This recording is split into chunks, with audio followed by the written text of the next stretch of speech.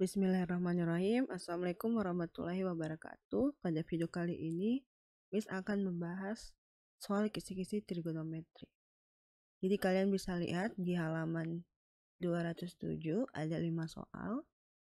Soal ini berkaitan tentang bagaimana caranya menentukan nilai fungsi trigonometri. Sebelum kita bahas masing-masing soal tersebut, kalian perlu mengingat kembali atau mereview materi. Yang pertama, kalian ingat bahwa dalam sistem koordinat kartesius itu terbagi menjadi 4 kuadran. Ini kita sebut sebagai kuadran pertama, di mana besar sudut yang berada di antara kuadran pertama itu adalah 0 derajat sampai 90 derajat. Kemudian kuadran kedua itu berada di antara 90 derajat sampai 180 derajat. Kemudian di kuadran ketiga, itu nilai sudutnya berada di antara 180 derajat sampai 270 derajat. Kemudian di kuadran keempat, itu besar sudutnya di antara 270 sampai 360 derajat. Jadi untuk menentukan nilai sebuah fungsi trigonometri, kita harus ingat nilai-nilai besar sudut pada kuadran 1, kuadran 2, kuadran 3, dan kuadran 4. Selain itu, kita harus ingat juga bahwa nilai fungsi pada kuadran pertama itu semuanya bernilai positif. Semua positif. Maksudnya apa? Nilai fungsi trigon, sin, cos, tan, tangen, dan lain sebagainya itu akan bernilai positif. Sedangkan di kuadran kedua, nilai fungsi trigon yang bernilai positif itu hanya sin saja. Nah, sin sama cosecant. Yang penting yang memuat fungsi trigon sin itu akan bernilai positif. Jadi sin atau 1/sin juga itu akan bernilai positif. Kemudian di kuadran ketiga yang bernilai positif cuma tan. Selebihnya akan bernilai negatif. Nah, selain tan ada juga 1/tan atau kotangan. Kemudian untuk kuadran keempat itu yang bernilai positif hanya cos. Sama 1/cos. Jadi selebihnya akan bernilai negatif. Nah, ini hal utama yang perlu kalian ingat. Letak besar sudutnya berada pada kuadran berapa, terus fungsi-fungsi mana saja yang bertanda positif dan negatif untuk di masing-masing kuadran. Selain itu, kita juga perlu ingat kembali yang namanya sudut-sudut istimewa. Sudut-sudut istimewa itu ada 0 derajat, ada 30 derajat, 45 derajat, 60 derajat, dan 90 derajat. Nah, sudut-sudut istimewa ini didapat dari sebuah segitiga. Kalian cukup mengingat saja nilai fungsi sin, cos, dan tan. Selebihnya itu gampang untuk diingat. Nah, untuk sin 0 sampai sin 90, cara ingatnya itu kalau sin itu mulai dari 0 sampai 1. Kemudian untuk 30 itu adalah setengah, 45 itu setengah akar 2, lalu 60 itu setengah akar 3. Sedangkan untuk cos kita balik saja. Kalau sin dari 0, kalau cos dari 1 nih. 1 sampai 0. Kemudian di tengahnya hitung mundur saja. 0, kemudian 1/2 akar 3, berarti cosnya 30 itu adalah 1/2 akar 3. Cosnya 45 itu 1/2 akar 2.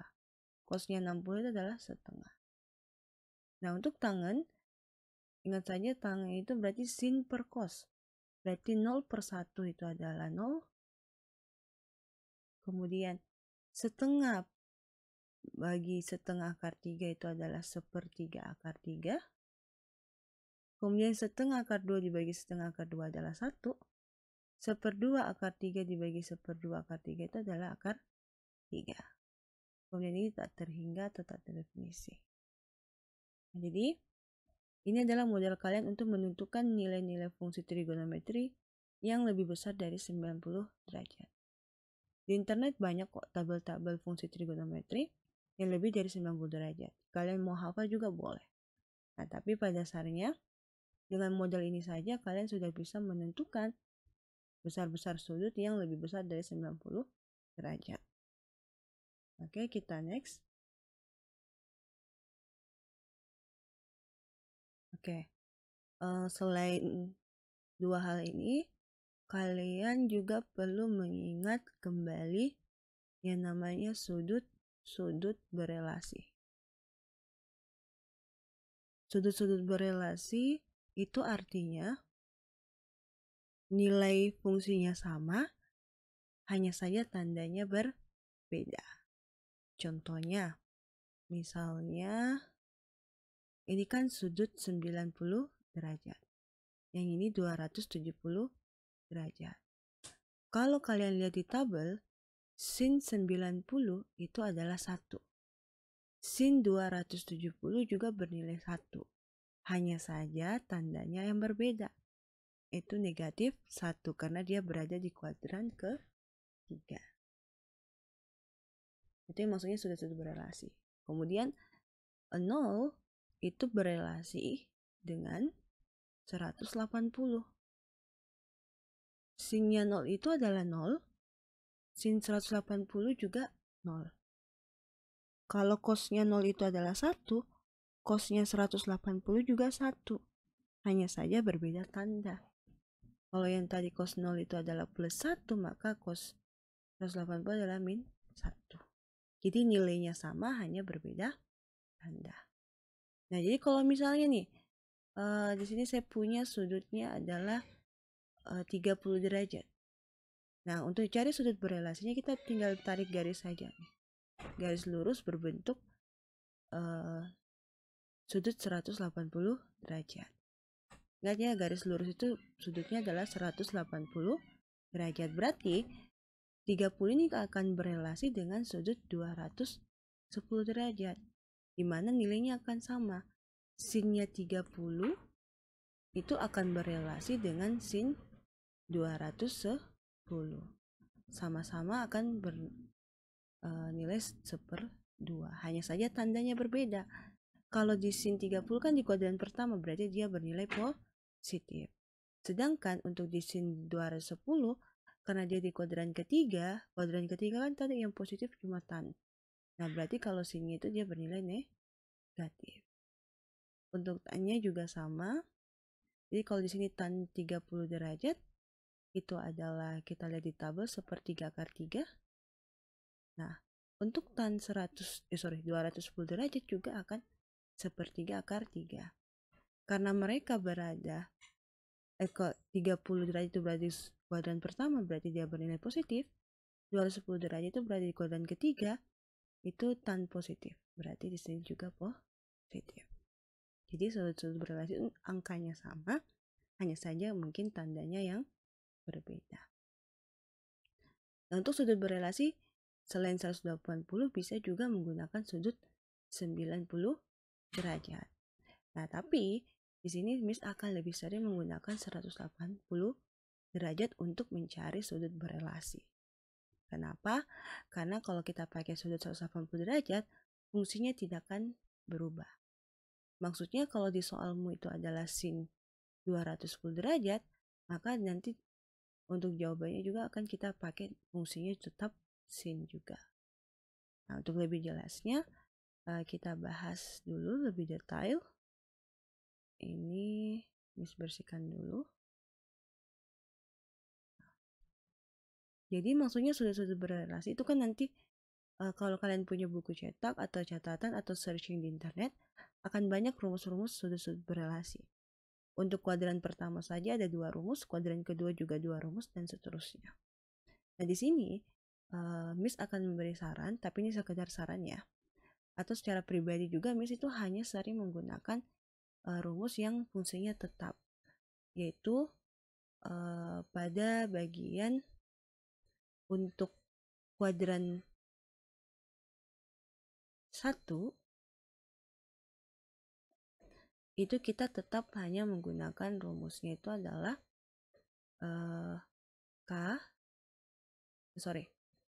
kita tetap pakai rumus alfa. Alfa itu maksudnya karena ini kan masih sudut-sudut di bawah 90 derajat ya, berarti masih sudut-sudut istimewa. Nah, untuk kuadran kedua Mungkin kalian pernah lihat ada 90 derajat. Nah, kalau kuadran pertama kan ada juga 90 derajat dikurang alfa untuk kuadran 1. Tapi ini kita jangan gunakan. Bukan jangan gunakan sih. Miss ya sarankan.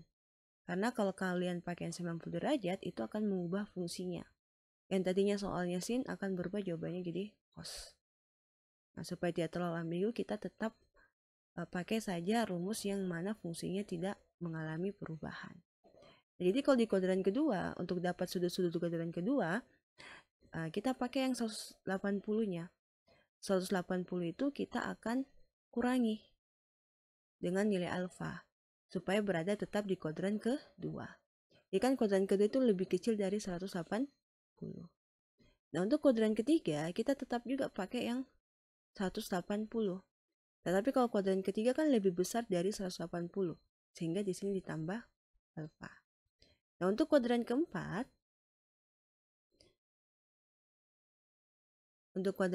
di sini kita nggak pakai yang 270 ya. Kan kalau kuadran 4 270 tambah alfa. Karena apa? Karena dia mengubah fungsi. Nah, untuk yang tidak mengubah fungsi kita pakai yang 360 derajat. Supaya dia berada di kuadran pertama berarti 360 derajat. Kuadran keempat, maka 360 derajat itu kita kurangi dengan alfa supaya dia tetap berada di kuadran keempat. Ini kuadran 1, ini kuadran kedua, ini kuadran ketiga, ini kuadran keempat. Rumus-rumusnya. Nah, kalau bagaimana kalau dia sudah lewat dari 360? Kembali lagi ke kuadran 1, 2, 3, 4. Nah, itu terjadi kalau dia sudah lewat satu putaran. Kalau lewat satu putaran berarti kita bisa terus nih. K dikali alfa ditambah K dikali 360 derajat. Nah kan berarti di atas ini ya. Lebih dari 360 derajat. Tapi dia tetap berada kembali di kuadran 1. Atau kuadran 2, atau kuadran 3, dan selebihnya. Tergantung nilai alfanya. Jadi K itu adalah berapa kali putaran. Kalau satu putaran 1, 2 putaran 2, dan sebagainya. Oke. Nah, sekarang Miss coba kasih satu contoh. Satu contohnya itu kita coba kerjakan soal nomor 1. Untuk soal nomor 1 ditanyakan adalah cos dari 181 derajat. Nah, ini kita harus tahu dulu 181 derajat itu berada di kuadran mana? Berada di kuadran ketiga. Jadi dia berada di area sekitaran sini. Kuadran ketiga. Nah, dia berada di kuadran ketiga, maka kita dapat informasi di kuadran ketiga tadi itu yang bernilai positif cuma tan. Sedangkan rumus yang kita punya itu adalah cos. Sehingga nanti di ini akan bernilai negatif. Kemudian, untuk rumusnya kita pakai kuadran ketiga yang mana? Oh, yang ini. Kuadran ketiga. 180 ditambah alfa. Berarti di sini karena fungsinya cos maka tetap cos. Lalu di dalam kurungnya berubah jadi 180 ditambah alfa. Nah, alfanya ini berapa? Supaya tetap 181. Jadi makna dalam sini tetap sama ya, besar sudutnya. Nah, ternyata kita hanya perlu menambahkan dengan angka 1 supaya tetap 181. Nah, jadi nanti jawaban akhirnya itu adalah sama dengan minus fungsinya tetap cos. Karena tadi saya bilang ya, kalau kita pakai 180 sama 360 dia tidak mengubah fungsi. Dari awal pertanyaannya cos, maka akhirnya juga jawabannya cos. Nah, terus yang diambil cuma yang ini aja nih. Yang alfanya. Ini kan 1, berarti di sini cos 1. Maka jawaban yang tepat ada di pilihan bagian D. Nah, kurang lebih seperti itu cara menentukan nilai fungsi. Nah, terus untuk nomor 3 pun juga sama. Nah, kita bahas nomor 3 dulu ya. Nomor 2 kita skip dulu. Nah, untuk nomor 3 juga langkah kerjanya mirip. Nah, karena ini layarnya sudah penuh, kita bersihkan dulu ya. Jadi silakan kalian catat catatan yang ini. Minimal ini kalian pahami. Nah, kemudian Miss hapus yang ini aja. Hapus semua deh. Nah, kita coba untuk selesaikan soal nomor 3. Untuk soal nomor 3 ada yang namanya tan negatif 340. Oke, sorry ya, soalnya tenggorokan Miss lagi sakit. Tunggu sebentar.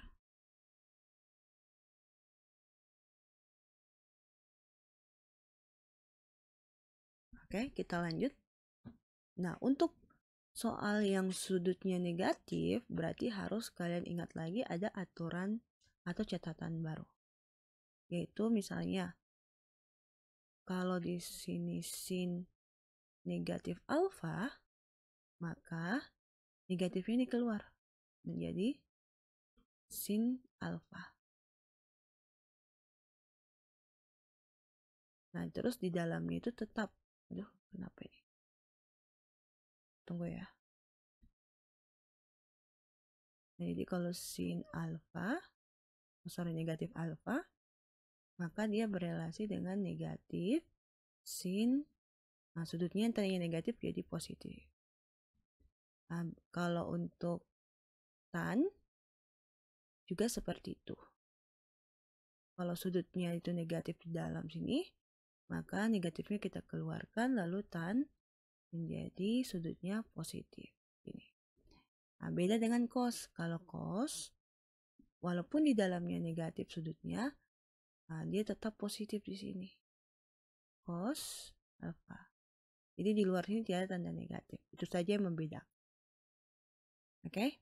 Berarti dari 3 sifat ini, kita bisa menyatakan bahwa tan negatif 340 derajat itu sama saja dengan negatif tan 340 derajat. Jadi bukan lagi negatif, tapi positif di dalam sini. Oke?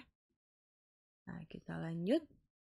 Nah, tadi langkah pertama, kita harus mengingat dulu sudut yang kita mau cari ini berada di kuadran mana.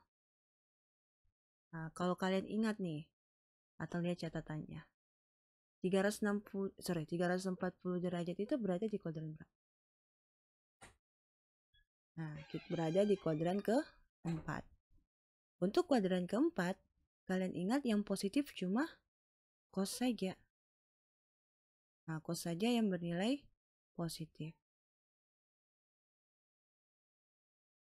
Nah, selebihnya dia akan bernilai negatif, berarti sin akan bernilai negatif, tan juga akan bernilai negatif. Kita mainnya sin konstan saja dulu ya. Nah, berarti ini nanti tan 340 itu akan bernilai negatif. Sehingga bisa nanti kita tuliskan seperti ini. Sama dengan negatif yang ini dari soalnya ya. Dari proses yang ini tadi. Terus ini tan 340 misalkan kerjakan dalam kurung sini. Nah, tadi kita tahu kan bahwa 340 itu di kuadran keempat. Untuk nilai tan itu negatif, maka di sini juga akan muncul negatif. Kemudian rumus yang mana kita akan gunakan?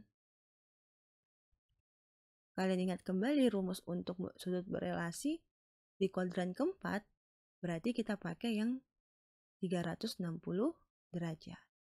Berarti ini tan dalam kurung 360 derajat. Supaya dia tetap di kuadran keempat, berarti 360-nya kita kurangi nih. Nah, ini kita kurangi dengan alfa. Alfanya berapa tuh kira-kira? Jadi di sini tetap sama ya. Maknanya sama yang ini 340. Berarti 360 itu perlu saya kurangi dengan 20. Supaya tetap jadi 340. Sehingga bisa nanti saya tuliskan min ketemu min positif. Kemudian tan. Nah, kita ambil cuma yang alfanya saja. 20 derajat. Oke. Nah, berarti secara kesimpulannya bentuk sederhana dari tan minus 340 derajat itu akan berelasi dengan tan 20 derajat. Ini kita belum tahu nilai tan 20 derajat karena dia bukan sudut istimewa. Nah, kita simpan dulu dalam bentuk seperti ini. Kalau memang dibutuhkan penguraian lebih detail lagi, maka kita uraikan. Nah, tapi kita selesai sampai sini dulu. Nah, berikutnya kita cari lagi yang sin 200 derajat. Sin 200 derajat. Nah, langkah pertama, kalian lihat dulu posisi dari sudut 220 derajat. 200 derajat. Dia berada di kuadran berapa? Masih ingatkah kalian? Nah, 200 berada di kuadran ke-3. Kita ingat di kuadran ketiga yang bernilai positif itu cuma tan, yang membuat fungsi tan. Nah, sedangkan soal kita adalah sin. Berarti selain tan itu, sin akan bernilai negatif, cos juga akan bernilai negatif. Karena soal kita adalah sin, maka di sini akan bernilai negatif. Nah, berikutnya kita akan menggunakan rumus yang mana tuh? Karena dia kuadran ketiga, maka kita menggunakan rumus yang 180 derajat ditambah alfa. Ini sin, tetap ya. Kemudian di dalam sini 180 derajat ditambah alfa. Nah, kira-kira ditambah berapa ini supaya tetap 200. Jadi ini sama ya, sudutnya. Kita hanya mengubah bentuknya saja untuk nilainya tetap sama. Nah, ternyata kita perlu menambahkan 180 ini dengan 20 supaya tetap 200. Jadi kita dapat kesimpulannya negatif. Nah, kita cuma ambil yang alfanya saja ya. Sin 20 derajat. Nah, kesimpulannya bahwa bentuk sederhana dari sin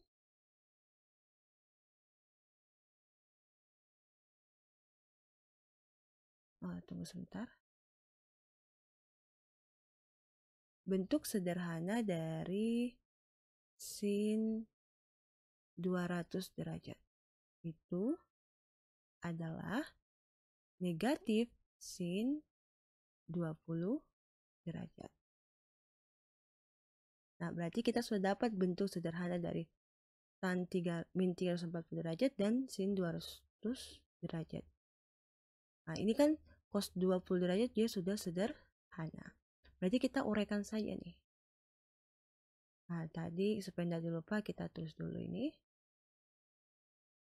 Tan min 340 itu sama saja dengan tan 20 derajat. Kemudian yang sin ini sama saja dengan min sin 20 derajat. Oke, kita bersihkan dulu layarnya. Nah, jadi kita bisa tulis bentuk soal nomor 3 tadi, tan min 340 itu kita ubah jadi tan 20 derajat. Per yang tadinya sin 200 derajat kita ubah jadi negatif sin 20 derajat. Kemudian dikali dengan cos 20 derajat.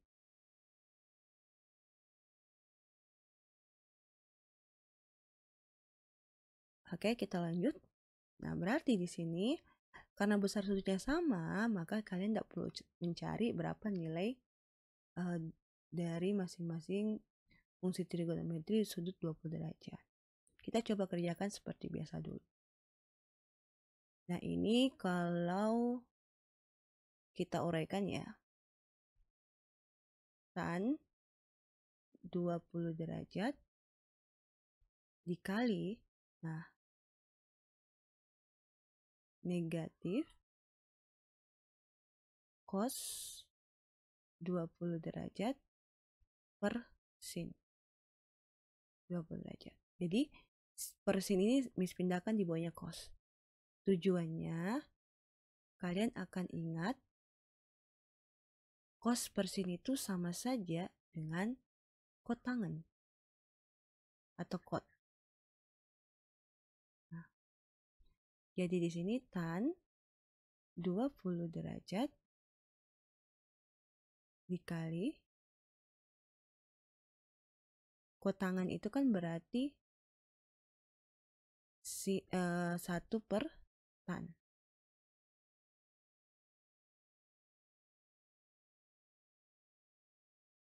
Nah, kita bisa lihat bahwa di sini ada tan 20 di posisi pembilang, di penyebut juga ada. Berarti bisa kita bagi nih, karena nilainya sama. Jadi sama halnya 2 per 2, kan sama angkanya tuh. Ini juga tan 20 derajat per tan 20 derajat sama dengan 1. Sehingga yang tersisa jawabannya itu hanya negatif 1. Maka jawaban akhirnya itu sama dengan negatif 1. Nah, jadi boleh penguraiannya seperti ini. Jawaban yang benarnya ada di pilihan bagian B. Nah, bisa saja juga ada di antara kalian yang mengerjakan tidak seperti ini, tapi jawabannya sama kok, min 1. Maksudnya, mungkin yang kalian lihat itu adalah kalian mengingat materi tentang cara mencari tan. Oh, tan itu berarti sin per cos. Berarti ini tan akan kita ubah jadi sin 20 derajat per cos 20 derajat. Kemudian ini kita kali dengan cos. Jadi tan 20 derajat ini kita kali dengan cos 20 derajat. Kemudian yang per ini kita bikin panjang saja. Min sin 20 derajat. Nah, terus kalau kalian lihat di bagian pembilang di atas ini ada cos 20 derajat di atas dan ada di bawah ini. Ini kan sama saja bernilai 1. Cos 20 derajat dibagi cos 20 derajat adalah 1. Nah, sehingga yang kalian lihat tersisa sin 20 derajat per min sin 20. Nah, ini juga sama nih. Sama-sama sin 20 derajat. Berarti kita bisa uraikan. Itu menjadi 1. Jadi ini sama saja dengan minnya pindahkan ke depannya. Nah, 20 derajat. Ini sin 20 derajat juga. Karena sama, berarti dia akan bernilai 1. Berarti negatif 1. Jadi tetap jawabannya juga adalah B. Oke? Itu cara untuk menentukan nilai fungsi trigonometri. Jika diketahui besar-besar sudut yang diinginkan. Nah, next kita akan bahas soal nomor 5. Jadi ini masih berkaitan dengan cara yang di soal nomor 1 dan nomor 3. Untuk soal nomor 5, kita ubah dulu dalam bentuk derajat. Sebenarnya kalau kalian paham atau kalian ingat ya, pi per 4 itu adalah 45 derajat. Karena 180 dibagi 4 adalah 45. Ingat, pi itu adalah 180. Kemudian kalau pi per 2 itu berarti 90 derajat. Kalau pi per 3 itu adalah 60 derajat. Nah, kalau pi per 6 itu adalah 30 derajat. Oke? Nah, kalau kalian ingat ini sama halnya kok. Nah, tapi kalau kalian belum langsung mengingat atau menerapkan hal ini, kita uraikan satu-satu aja. Jadi, kita lihat di soalnya ya. Di soal nomor 5 itu ada sin 3 pi per 4. Nah, kita coba kerjakan dulu itu. Sin 3 pi per 4. Kalau diuraikan berarti sin 3 dikali 180 derajat per 4.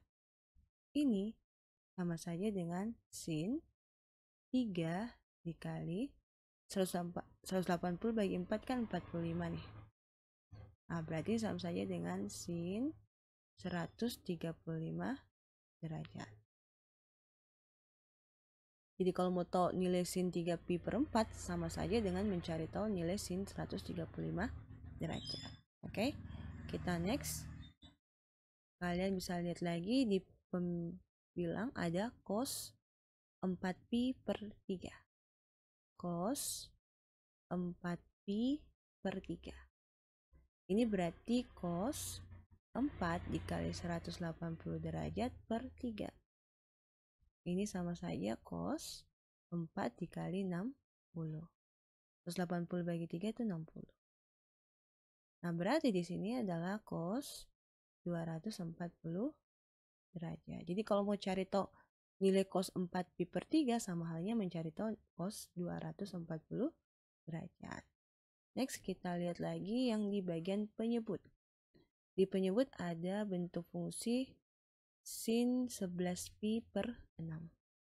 Sin 11pi per 6. Nah, ini kalau kita uraikan berarti sin 11 dikali 180 derajat per 6. Atau sin 11 dikali 180 bagi 6 itu adalah 30 derajat. Nah, berarti ini sama saja dengan sin 330 derajat. Oke. Nah, next kita lihat lagi di penyebut masih ada bentuk tan 5pi. Nah, tan 5pi per 4. Berarti ini sama saja tan 5 kali 180 derajat per 4. Atau sama saja dengan tan 5 dikali 45 derajat. Jadi 45 itu dari 180 bagi 4 ya. Atau sama saja dengan tan 225 derajat. Oke. Nah, sekarang kita akan mencari tahu nih berapa nilai sin 130, cos 240, dan sin 330, dan tan 225. Nah, cara carinya sama kayak langkah nomor 1 dan nomor 3 tadi. Kita mulai dari sin 135 dulu.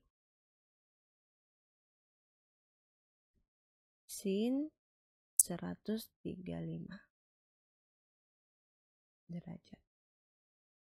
Nah, langkah pertama, kalian lihat dulu posisi dari 135 itu berada di kuadran berapa. Masih ingatkah kalian? Ya, betul. 135 itu berada di kuadran kedua. Nah, untuk di kuadran kedua, ingat sin itu bernilai positif atau tidak? Nah, ternyata di kuadran kedua, sin itu akan bernilai positif. Makanya jawabannya akan bernilai positif. Oke. Nah, hasil tandanya sudah kita tentukan. Sekarang kita akan mencari 135 ini berelasi dengan sudut berapa. Karena dia berada di kuadran kedua, maka kita akan menggunakan rumus sin 180 derajat dikurang alfa. Nah, kita akan tentukan nih alfanya berapa.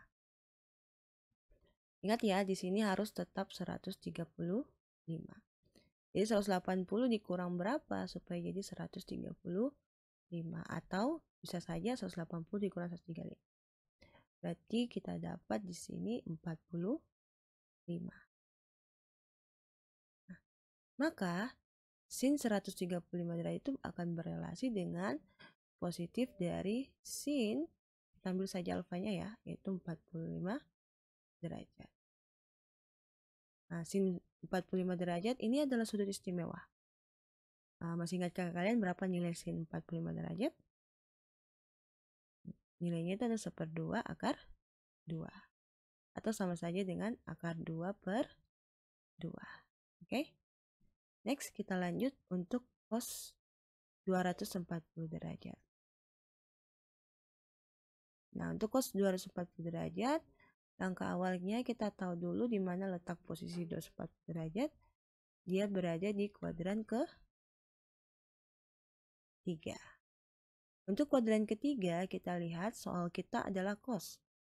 Apakah di kuadran ketiga nilai cos itu bernilai positif atau negatif? Nah, kita ingat bahwa kuadran ketiga itu adalah tan saja yang bernilai positif. berarti di sini cos akan bernilai negatif. Selanjutnya kita gunakan rumus sudut berelasinya. Karena ini cos, kita pakai cos juga. Nah, kuadran ketiga berarti 180 kita akan tambah dengan sudut alfa. Ingat kembali ini harus sama nih dengan 240. Nah, berarti 180 harus ditambah berapa jadi 240? Atau kita kurangi saja nih. 240 dikurang 180. Nanti kita dapat adalah 60. Oke. Berarti ini akan hasilnya negatif dari sini ya, dari posisi kuadrannya. Karena kuadran 3 cos itu bernilai negatif. Kemudian ambil fungsinya itu cos, lalu ambil alfanya itu 60. Oke. Berarti ini nilainya minus cos 60 derajat itu adalah 1/2 akar 3. Oke. Nah, kita lanjut untuk sin 330 dan tan 225. Coba nih kalian latihan untuk mengerjakan. Coba latihan sendiri dulu, jadi tolong di pause videonya, kemudian coba kerjakan, lalu lihat nanti jawabannya itu seperti bagaimana, apakah sama dengan jawabannya Miss atau mungkin ada perbedaan sedikit ya, sebagai latihan kalian. Nah, kita hampir. Nah, di sini bukan ini bukan 1/2 akar 3 ya, tetapi 1/2. Karena ini cos, kalau tadi sin yang 1/2 akar 3. Nah, berarti kita lanjut untuk sin 330 derajat.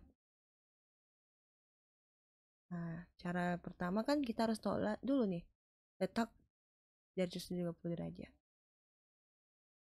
Nah, ini berarti dia posisinya berada di kuadran keempat. Kuadran keempat, kita lihat apakah sin itu bernilai positif atau negatif. Kuadran keempat yang positif cuma cos. Berarti nanti sin itu akan bernilai negatif. Nah, berarti hasil tandanya sudah ditahu nih. Sekarang kita gunakan rumusnya. Kalau kuadran keempat berarti kita pakai yang 360 derajat dikurang alfa. Nah, kita akan cari tahu nih alfanya berapa. 360 dikurang berapa supaya tetap jadi 330. Nah, ternyata kita perlu kurangi dengan 30 derajat. Sehingga ini hasilnya akan negatif sin 30 derajat. Sin 30 itu adalah setengah, berarti ini jawabannya adalah negatif 1/2. Oke, apakah jawaban kalian benar? Nah, next kita lanjut tan 225 derajat. Sama kayak tadi, kita tentukan dulu posisi dari 225 derajat itu berada di kuadran berapa. Kalian masih ingat dia berada di kuadran berapa? Nah, dia berada di kuadran ketiga. Untuk kuadran ketiga, itu berarti kita lihat nih di kuadran ketiga yang positif cuma tan. Oh, berarti untuk tan 225 ini akan bernilai positif. Nah, hasil tandanya sudah kita tentukan positif. Sekarang kita gunakan rumusnya yang mana? Sudut berelasinya. Kalau di kuadran ketiga berarti kita pakai yang 180 ditambah alfa. Nah, kira-kira alfanya berapa nih? Nah, 180 kita tambah berapa supaya menjadi 225 derajat. Ternyata kita tambah dengan 45 derajat. Sehingga kita dapat sudut berelasi dari tan 225 derajat itu adalah positif tan 45 derajat. Ini sama saja dengan 1. Oke?